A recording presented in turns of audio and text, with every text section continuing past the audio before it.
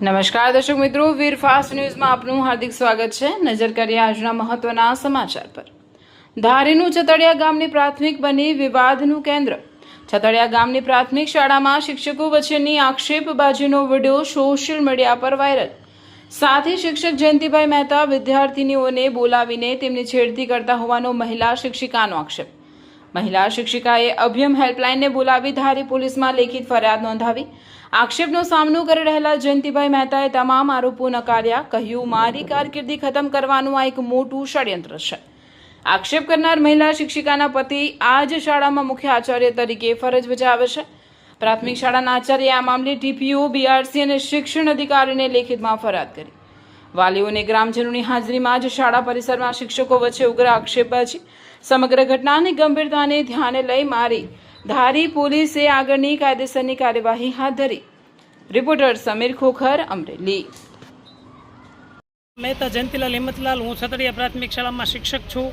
મારી શાળાના આચાર્ય સુરેશભાઈ વેગડા અને રેખાબેન મહેતા બે દંપતી છે અને મારે જ્ઞાતિ તરીકે અંદરો અંદર કોને ખબર એના મારા પ્રત્યે કંઈક સુખ હોય, એટલે એના દીકરાની સગાઈ નહોતી થતી તોય મારા વિરુદ્ધથી ખોટા આક્ષેપોના અંતે કરતા હતા। હવે એને કાંઈ નહીં તો છેલ્લી કક્ષાએ મારી ઉપર એક ખોટી ગંદકી ઉલાળી છે, બરાબર। એ તદ્દન પાયા વિહોણા છે અને એ વસ્તુ સાબિત થાય તો તમે કયો એ કરવા તૈયાર છું હું, બરાબર। પણ અમારા જે રેખાબેન મહેતા જે બોલે છે એ બાબતે હું માનહાનિનો દાવો કરવા માગું છું। અને તમે બાળકોને દાખલા તરીકે મેં એમ કહે છે કે છોકરીઓને આમ કર્યું તું, ફલાણું ઢીકડું, તો એના વાલીને અને બાળકોને જઈને પૂછો તમે। એના વાલીને બાળકો કહેશે તો હું જે કહેશું એ કરવા તૈયાર છું, ગામ લોકો જે કહેશે એ કરવા તૈયાર છું। પણ આ તો અમારો મેટર છે, અંદરો અંદર અમારે વાંધા છે, એની સ્કૂલના નામે ખપાવે છે અને મારા વિરુદ્ધ હાવ ખોટો મને બદનામ કરે છે। તો હું એ બાબતે પણ ફરિયાદ કરવા માગું છું કે આજે મારી ઉપર એને ગંદકી ઉલાળી છે, મારા ચારિત્ર ઉપર ડાઘ લાગે એવું એને કર્યું છે, બરાબર। તો એ વસ્તુ એ સાબિત કરી દે, ન થાય સાબિત તો હું કહું એ પ્રમાણે આપણે પણ પોલીસ સ્ટેશન અરજી આપી છે। હા, હું પણ પોલીસ સ્ટેશને અરજીની ફરિયાદ પણ કરવા માંગુ છું, કારણ કે આજે બધાની વચ્ચે જ્યારે મારી ઉપર આવો આક્ષેપ થતો હોય તો એ વસ્તુ તો મારી જિંદગીનો સવાલ છે। સત્ય પોલીસ તપાસમાં બહાર આવશે। સત્ય પોલીસ તપાસમાં બહાર આવશે। છતડિયા પ્રાથમિક શાળામાં શિક્ષિકા તરીકે નોકરી કરું છું। બેન, શું આક્ષેપ? આક્ષેપો કાંઈ નહીં। હું કાલે અમારા સાહેબ, મારા મિસ્ટર છે એ પ્રિન્સિપાલ છે ને કાલે મીટિંગમાં ગયા હતા પ્રવેશ ઉત્સવની, અને હું કાલે નિશાળે હતી તો એ બધા સાહેબો હતા તો એ હું 12 વાગે રજા પડી ગઈ એટલે હું 12 વાગે બહાર નીકળી ગઈ હતી। કિંગ રૂપાભાઈ ભાઈ વાંહે મધ્યાહન ભોજનમાં હતા, પછી હું બહાર કેટલી વાર ઊભી રહી, એ કઈ વિડીયો ઉતાર લેવાય। છોકરા વાંહે કોક હતું, બોયકટ વાળી છોકરી હતી, એ કઈ તમે, હું થોડી એને ઓળખું તું સાહેબ બોયકટ વાળી છોકરી કોણ છે એ કઈ તમે એને બોલાવો, હું ક્યાં એને બોલાવવા જાઉં। પછી આવ્યા ને એટલે હા ઈ કરતા આવ્યા ઈ, બરોબર। અત્યારે રૂપાભાઈ ને એને ફેરવા છે, ભલે ફેરવા, કઈ વાંધો નહીં। કાલ હાડા ગામે હું બાર ડેલાબાઈ શું ફેરવા હું આક્ષેપ છે તમારો?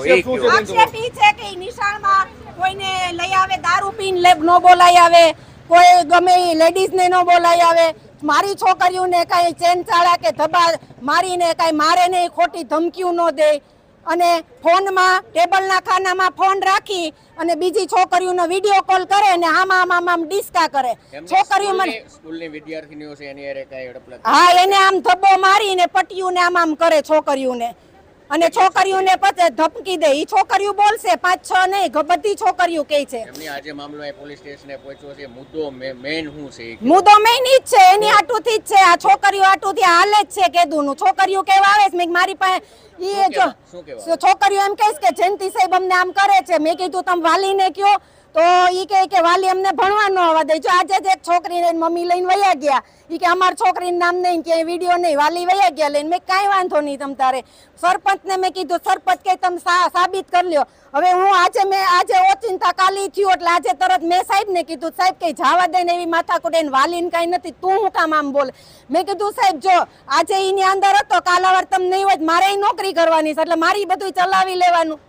તો ઈ ભાઈ કહે છે કે તમે ખોટું બોલો છો। 12:30 વાગ્યા સુધી હું પાદરે ઊભી રહીને બેન પછી તાળું દીધું તો એને બહાર નીકળી જવું જોઈએ ને વાંહે હું કામ હતું ત્યાં એક શિક્ષક તરીકે? હું લેડીઝ એકલી જ ત્યાં ઊભી હતી, બધાય સાહેબો વહી ગયા હતા, હું કામ એને ત્યાં ઊભું રહેવું જોઈએ? અગાઉ પણ એક નોકરી કરતા હતા। હા, અને વાઘોડી શાળામાં બેનું આકડી ગાડીમાં બેઠા પોલીસ ગાડીમાં જો હું હતી ને એનો ફોન સતત ચાલુ છે, ગામને ભેગા કરી લ્યો, વાલીને ભેગા કરી લ્યો, વાલી નામ સમજાઈ દો। આ અગાઉ વાઘોડી બન્યું તો ઇસ્યુ, એવો જ ઇસ્યુ અહીં બન્યો। વાઘોડી હું ઇસ્યુ કરવા ગઈ હતી, હાલો ઈ એમ કે અહીંયા હું ખોટું બોલું છું, ત્યાં હું ઇસ્યુ કરવા ગઈ હતી। ન્યા issue? ઈ હું મને ખબર ઈ એમ બોલે છે ઇસ્યુ શું છે આખો ટૂંકમાં કહી દો ને. બસ એ આ છે છેડતીનો ઇશ્યુ કોની ઉપર? છોકરીઓ ઉપર ને મારી ઉપર મારું હું નીકળું એટલે જે બોલે છે હું આગળ બોલી અચ્છા, કયા ધોરણની છોકરીઓ? છોકરીઓ છઠ્ઠા હાથમાં મોટી છોકરીઓ બધી મોટા એને ધોરણની complaint હા અને બાલવાટિકાના છોકરાને હોતેને આમ પપિયું કરે ને એવું કરે છે અને હું બોલાવે તમ તાર છોકરાને વાલીની જરૂર નહીં પડે છોકરાને વાલી નો ચડાવે ને કોઈ નો ચડાવે બાલવાટિકાનો છોકરો વિડીયો માર પાસે આગળ છે બોલાવું મામલે આપે બેન પોલીસને અરજી આપી છે અરજી આપી છે હું આવી જ છું અરજી આપવા જ આવી છું રેડી.